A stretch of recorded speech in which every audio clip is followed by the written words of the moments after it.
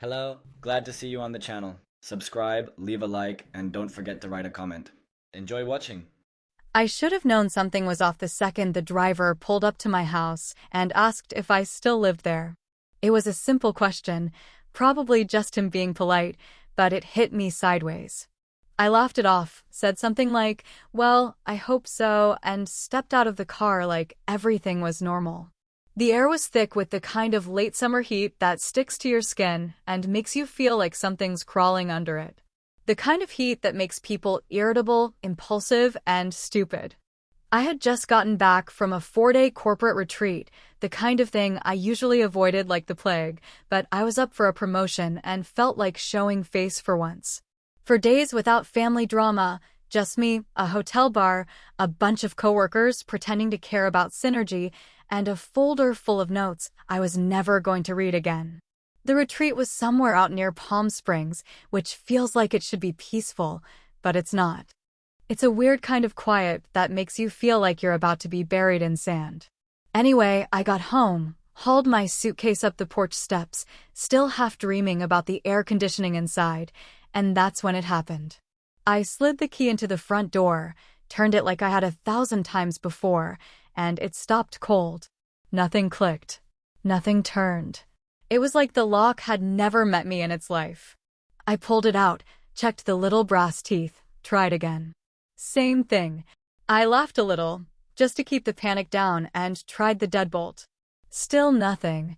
I stood there sweating in my black slacks and crumpled white blouse, carrying a 40-pound suitcase filled with wrinkle-resistant disappointment, staring at a door I no longer had permission to open.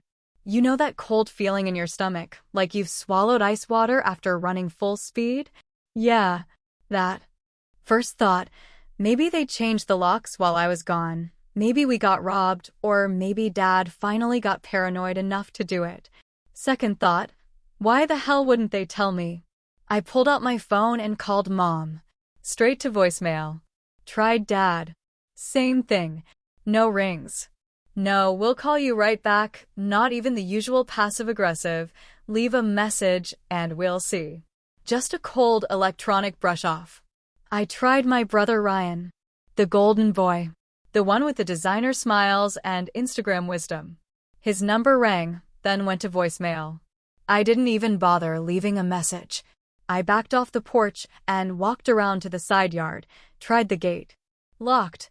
They'd never locked it before, even during that rash of burglaries last summer. It had always been some weird open-door policy thing.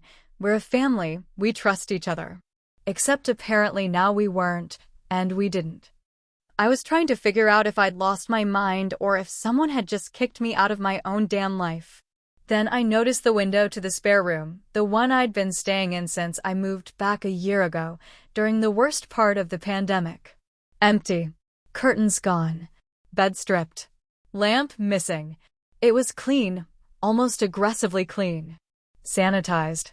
Not like someone was living there, but like someone had made sure no one ever would again. Still thinking I must have missed a group message or something, I opened my phone again. Went into the family thread. It was gone. Not muted. Not archived. Just gone. Like I had never been in it. I tried texting Ryan directly, it showed up green. Disconnected. Either he blocked me or someone changed my number in their phone. Either way, it stung like hell. At that point, I just sat down on the porch steps and let myself breathe for the first time in what felt like days. Not cry, I don't cry. Not in front of houses that used to be mine, but I did the thing where your whole body goes still and you feel like you're watching yourself from the outside. I didn't want to call the cops or knock on a neighbor's door. What was I going to say?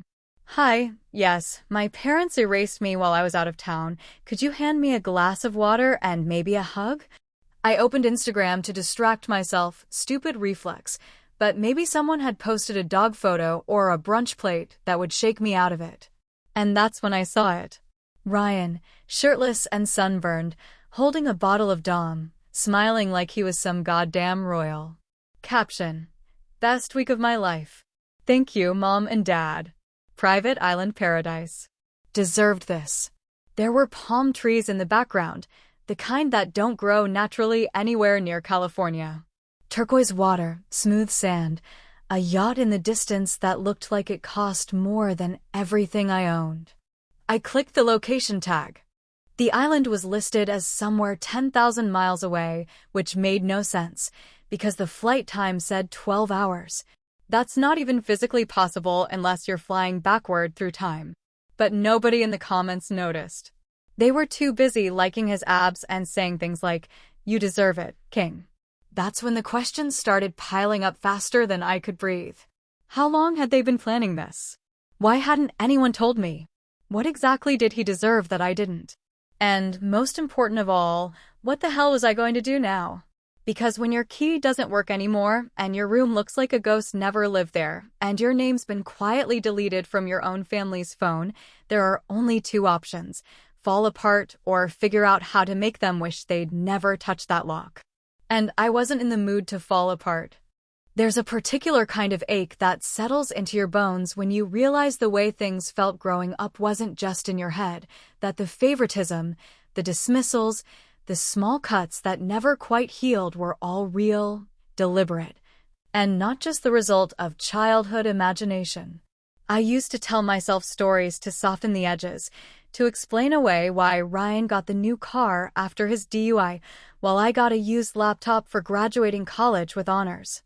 I told myself our parents were just trying their best, that maybe I was more independent, that maybe I didn't need as much. But that kind of lie can only carry you so far before the foundation crumbles under the weight of reality, and when I saw Ryan grinning from a beach chair with a glass of champagne and the words "surprise gift from the best parents ever" in his caption, that foundation cracked wide open. I sat in my car, the same one I'd been driving since 2009, the one with the passenger window that didn't roll down anymore and a weird smell that no mechanic could explain, staring at my phone while the engine clicked softly in the heat. I scrolled through his photos, each one more obnoxious than the last, each one proving beyond a doubt that not only had my parents excluded me from something extravagant, they'd done it intentionally. The resort was no Motel 6 situation. It was private, exclusive, and one of those by invitation only places that catered to celebrities and tech millionaires. A place I wouldn't even feel comfortable walking past, let alone staying at. And there he was, Ryan, the golden boy, the sun-kissed, untouchable favorite, toasting to his own happiness while I was locked out of a house I'd helped clean, helped repair, helped pay bills for more than once when Dad's retirement planning turned out to be just drinking beer and yelling at Fox News. The caption under the second photo stopped me cold. After what I went through this year, I deserved it. Grateful for my parents, they knew I needed healing. I knew what he was talking about, the breakup. It happened 6 months ago when his girlfriend, Sophie, finally got tired of his mood swings and his tendency to gaslight her until she cried. They'd been together for 3 years, and from what I gathered, he'd proposed with a ring he couldn't afford and then blamed her when she asked if they could wait until he paid off his debt. He'd moped around for weeks afterward, talking about how women are impossible and how no one appreciated real men anymore. Our parents naturally circled the wagons, bringing him casseroles and slipping him money and nodding along when he said he needed space to heal. And now, apparently, that space had come with beachfront service and a personal chef. I called Aunt Sheila that night, even though she usually hated phone calls after 9. She picked up on the third ring, her voice groggy, but alert in that way only former nurses can manage. "I think they've erased me," I said without even saying hello, and she didn't ask who it was or what I meant. She just said, "What did they do now?" After I explained everything, she went quiet for a long time. I could hear her exhale through her nose, the way she always did when she was trying not to say something too harsh. "They've always protected him, Claire," she said finally. "Even when he didn't deserve it. You were always the one who handled things. You fixed what they broke. They let you take care of everything so they didn't have to." I wanted to argue, to say she was being dramatic, but I couldn't. She was right. When Dad got shingles and couldn't work for 3 months, I was the one who drove him to appointments. When Mom had her hip replaced, it was me sleeping in the chair next to her hospital bed while Ryan was too busy with work, a job he later lost because he refused to show up before noon. After we hung up, I didn't go home, not that I really had one anymore, but instead drove around aimlessly until I ended up in front of my parents' place again. I don't know what I thought I was going to find. Maybe some clue left behind, some way back in. But I noticed the garage door was slightly open, just a crack enough to tempt curiosity, but not enough to look intentional. I parked a few houses down and walked back under cover of the shadowy streetlight. I slipped in through the side yard and crouched at the edge of the door, listening for any signs of movement. Nothing. Just silence and the familiar metallic scent of oil and old paint. I ducked under the opening and eased myself inside. It looked the same: cluttered shelves, dusty holiday decorations, an ancient freezer humming in the corner, but something tugged at me, something that felt both familiar and alien. And then I saw it. A box. Not just any box, but one with my name written on the side in faded Sharpie. Claire, keep. It was pushed behind a stack of cardboard marked Zmaz and Ryan, school, like they hadn't wanted anyone to see it. My hands shook as I pulled it out, dust flying into my face, heart pounding like a kick drum in my throat. Inside were pieces of my childhood, my third-grade spelling bee trophy, the one I won after memorizing 250 words while Mom said I was being too obsessive. My diary from middle school, still locked. A folder of my high school art, the one Mom told me to throw out because no one makes money drawing sad girls. Even the photo from my 10th birthday, the one where I was wearing the homemade crown and no one else was smiling because Ryan had a cold. It wasn't just nostalgia. It was like someone had already begun the process of turning me into a memory. Like they'd packed me away neatly with labels and tape, just in case they needed to pretend I'd never existed at all. And standing there in that dusty garage, holding a piece of my erased life, I realized something that made my skin go cold. They didn't forget to tell me about the island. They didn't want me to know. The box stayed in the backseat of my car for 2 full days, untouched and unopened after that first painful glimpse, and even though I knew it was back there quietly rattling every time I hit a bump in the road, I couldn't bring myself to dig any deeper just yet. It felt like a casket full of ghosts I wasn't ready to look in the eye. But something about knowing it existed made it impossible to pretend things were salvageable, like some final nail had been driven into the coffin of my childhood, and now all that was left to do was figure out who hammered it in. By the 3rd night, I couldn't sleep. Not really. I laid there staring at the hotel ceiling, a cheap popcorn texture expanse that reminded me of the ceiling in my old bedroom, before Ryan got that space, and I got downgraded to the laundry-adjacent guest room. Somewhere around 4 in the morning, I called Aunt Sheila again, whispering into my phone like I was a teenager, making secret calls from under the covers. She picked up with a voice full of sleep, but not irritation, which only made my throat tighten with something uncomfortably close to relief. I found something, I said quietly, like the box could hear me from the car. In Dad's garage. A box with my name on it. Stuff from when I was a kid. It's like they were archiving me.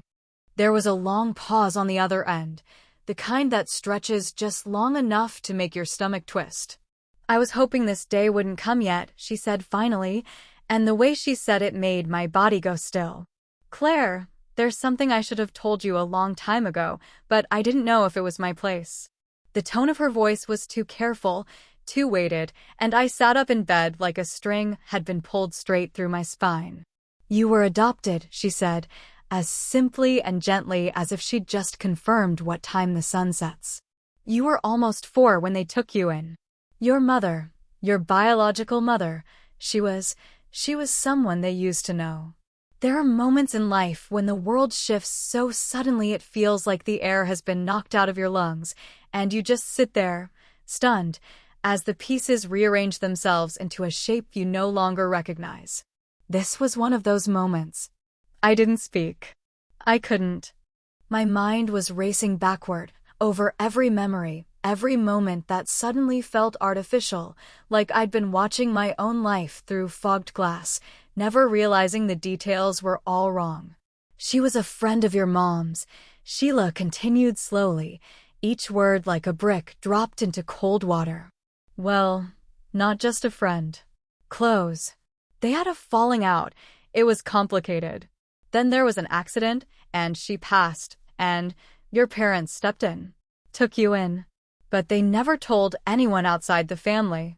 I only found out because I helped with the paperwork. What accident? I asked, even though I already felt like I knew the answer was going to twist something ugly inside me.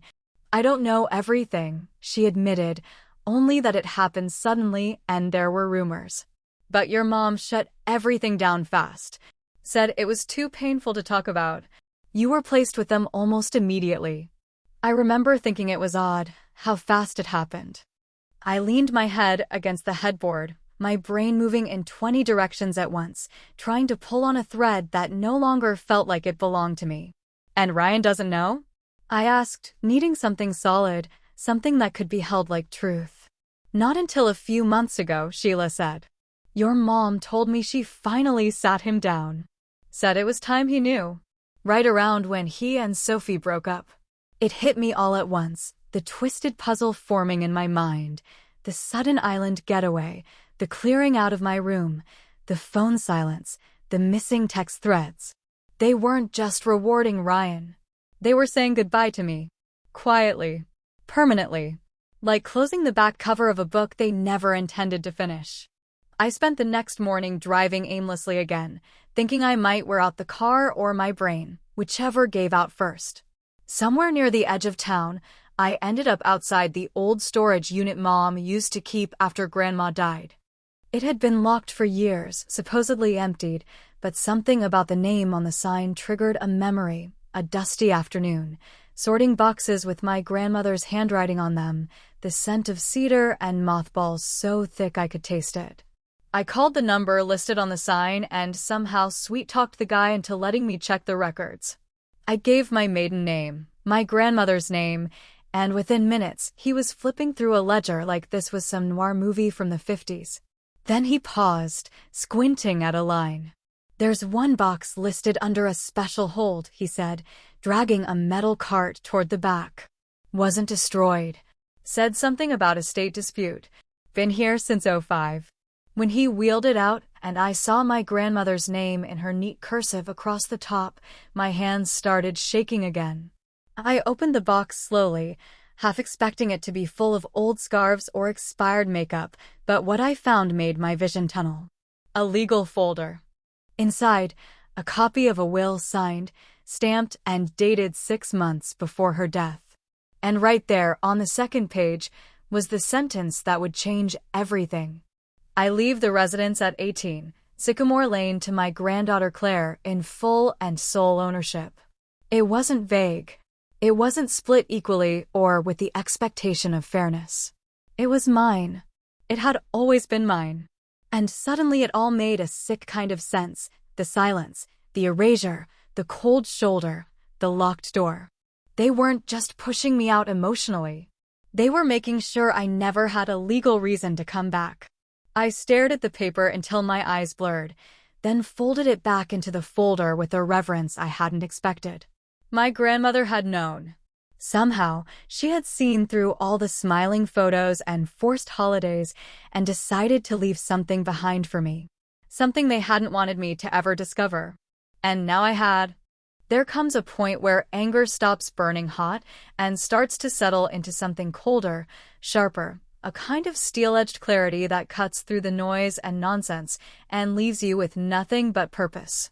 That's where I was the morning I drove back to Sycamore Lane, not as the daughter who'd been locked out or the sister who'd been forgotten, but as the woman who knew they had something to hide and wasn't about to let it stay buried. I had the will tucked into my purse, double-sealed in a plastic sleeve, like it was a holy relic that could explode if mishandled. In a way, it felt like it could. My parents were home. I knew they'd be. It was Saturday, and they always spent Saturdays the same way. Dad in front of the television watching cable news on full blast, and Mom flitting from one minor household chore to the next. pretending to be busy while monitoring every room like a prison warden. Their car was in the driveway. The hydrangeas had been watered recently, and there were 2 empty chairs on the porch like they were waiting for someone worth their time, and that someone had never been me. I didn't knock. I rang the bell and waited, standing tall and silent with my arms crossed like I was about to collect a debt. When Mom opened the door, she blinked once, slowly, like she was trying to process an optical illusion that had just walked into her foyer. She didn't say hello. She didn't smile. She just said, "Claire," in that tight, neutral tone that meant she was already rewriting the story in her head. "I found Grandma's will," I said. No pleasantries, no small talk. "The real one. The one that names me the sole beneficiary of this house." Her lips pressed into a thin line, and for a moment, I thought she might slam the door in my face. But she stepped aside instead, stiffly, like I was a meter reader or a tax collector, someone she couldn't legally refuse entry. Inside, the air was thick with lemon cleaner and tension, and I could hear the hum of the television in the background as Dad turned the volume down but didn't bother to stand. He glanced at me over his shoulder and gave the same half-nod he'd probably give a neighbor returning a borrowed rake. "I want to know why it wasn't honored," I said, standing in the center of the living room like I belonged there, which, legally speaking, I did. "Why you pretended it didn't exist. Why you let Ryan think he was entitled to everything." Dad looked at Mom, waiting for her cue, and she took it without hesitation. "You misunderstood the will," she said calmly, like she was explaining a sales receipt to a cashier who'd made an error. There was a lot going on back then. Things changed after she passed. "She didn't change the will," I snapped, pulling the document out and placing it on the coffee table. "You just buried it." Mom didn't even glance at it. "We did what we thought was best for the family," she said, voice syrupy and vague, the way she always got when cornered. "Ryan was struggling. You were off finding yourself. You didn't need the house." The room felt like it was spinning slightly, not from dizziness, but from the weight of the gaslighting, so thick and practiced it could have been a Broadway performance. I didn't need the house? Was that what this all boiled down to, some imagined calculus of worthiness? "I'm not playing the good daughter anymore," I said, calm but final. "I'm not staying quiet." I left before they could start throwing guilt or tears, because I knew both would come in waves, and I wasn't ready to watch them try to rewrite my life one sentence at a time. Instead, I called a lawyer the next morning, someone Aunt Sheila recommended. A woman named Marla with the voice of a chain smoker and the patience of a bulldozer. She didn't blink when I told her about the will, the locked door, the box of childhood trophies, or the sudden island retreat. She just asked me to scan the documents and said, "We'll be filing by Tuesday." But that wasn't enough. I needed more, not out of spite, but out of necessity. I needed to put the truth on record, to force them into the light they spent so much time avoiding. So I reached out to Sophie, Ryan's ex, and asked if she'd be willing to talk. She took a day to respond, but when she did, her message was short and brutal. "I'll talk." He hit me. Twice. My blood went cold. I'd suspected it, of course. I remembered the way she flinched around him, the way she always made herself smaller in photos, like she didn't want to exist too loudly. But seeing it written out, stated plainly, was a different thing entirely. We met at a quiet cafe on the edge of town, and she brought her receipts, literal ones, in the form of medical records and texts she'd saved. He hadn't just hit her. He'd threatened her, manipulated her, made her feel like she was the problem every time she wanted space or questioned his choices. And when she left, our parents hadn't just consoled him, they blamed her. Told her she'd broken him. That she wasn't woman enough to handle his emotions. With her permission, I gave the lawyer everything. Within days, a formal complaint had been sent to Ryan's company, and less than a week later, I heard through the grapevine that he'd been let go due to personal conduct concerns.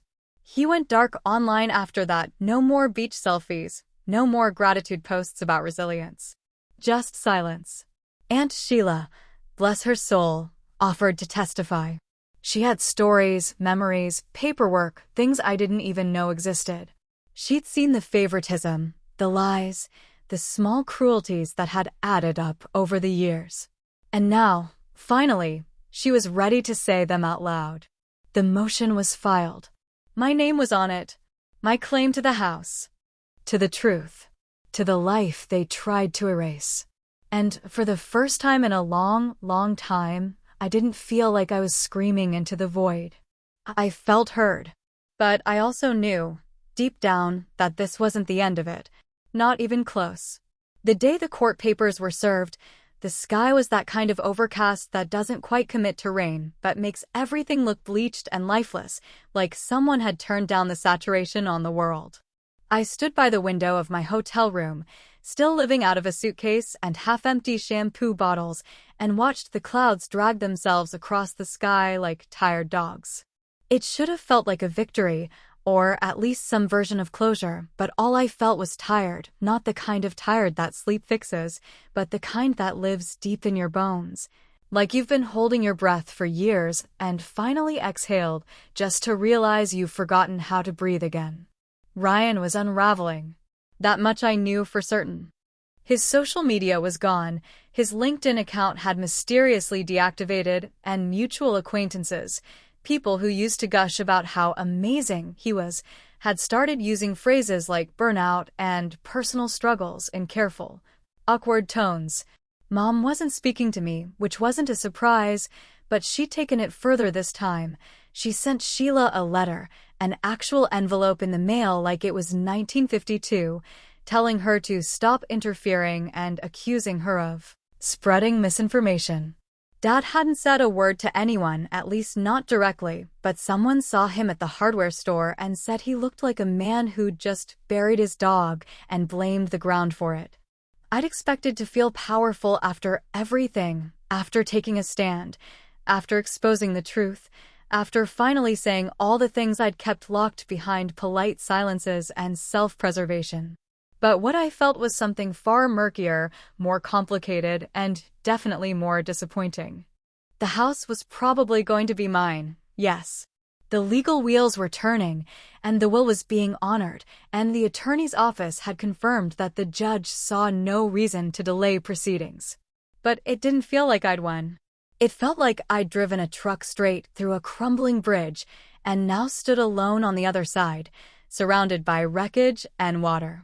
The call from Aunt Sheila came late in the evening, when the sun had finally decided to show up just in time to set, bleeding orange across the western sky like a scraped knee. I answered on the first ring because I was too restless not to. She didn't waste time with greetings. "There's something you need to know," she said, and immediately my stomach dropped like it always did when someone used that particular tone, the one that meant another truth was about to detonate. "Your grandmother wrote a second will," she continued. "I didn't know about it until today. I was going through some old legal files of mine, trying to put together a full timeline, and I found a letter from her attorney. The second will was signed a few weeks after the one you found, but it was never filed. It was never made official." My mouth went dry, my heart knocking unevenly against my ribs. "What did it say?" I asked, already knowing I didn't want to hear it. "It cut you out," she said, blunt but not unkind. "It left the house to Nancy. Full and clear. No mention of you." I didn't speak for a long moment, not because I was shocked exactly, but because I was trying to understand the shape of that betrayal, like trying to trace the outline of a hole in your chest you didn't know was there. I had thought the worst was over.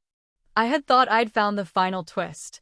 But no, there was still more rot under the surface, still more hidden truths slithering around in the walls of this family. "She never filed it," Sheila said, like that made it better. "Legally, it doesn't mean anything. The first will stands. You're still in the clear." But I didn't care about the legal part anymore. What I cared about, what twisted in my gut and burned behind my eyes, was the why. Why did my grandmother change her mind? Why had she written me out at all? What had my mother said to her? What had she done? "She told her something," I said, half to myself. Nancy must have told her something that made her want me gone. Sheila sighed, the sound low and tired, like she'd aged 20 years since our last call. "There's one more thing," she said, and I braced for it instinctively, waiting for the final blow. "Your biological mother," she said slowly. Her name was Emily. Emily Gardner. She and Nancy were best friends once, all through college and into their 20s. They were inseparable. But something happened between them and they stopped speaking. And then the accident happened. Car crash. Late at night. But no autopsy was done. Nancy had the body cremated the next day. No one asked questions. It was all very fast. I sat down hard on the edge of the bed, the world spinning sideways. "She was driving?" I asked, my voice a whisper. "She was in the car alone," Sheila confirmed. That's all the report said. But here's the thing, Claire, I found an old photo. From college. It's of Nancy and Emily, standing on the beach. Emily's smiling at the camera, and I swear to you, she looks exactly like you. Not kind of. Not you have her nose. I mean, it's like looking at you in a mirror. I didn't respond. I couldn't. I just reached for the photo Sheila said she'd scan and send, and when it hit my inbox an hour later, I stared at it for what felt like 100 years. The woman in the photo had my eyes, my jaw, even the same uneven part in her hair that I'd been fixing since I was old enough to brush it myself. And next to her was Nancy, younger and smiling, her arm around the woman she would one day erase. It was all there. The story beneath the story. The reason they had never really seen me as one of them. The reason they had cleared out my room without saying goodbye. The reason my existence had always felt conditional. Maybe the island hadn't been a reward for Ryan at all. Maybe it had been something else entirely. Maybe it was the beginning of an ending they planned a long time ago.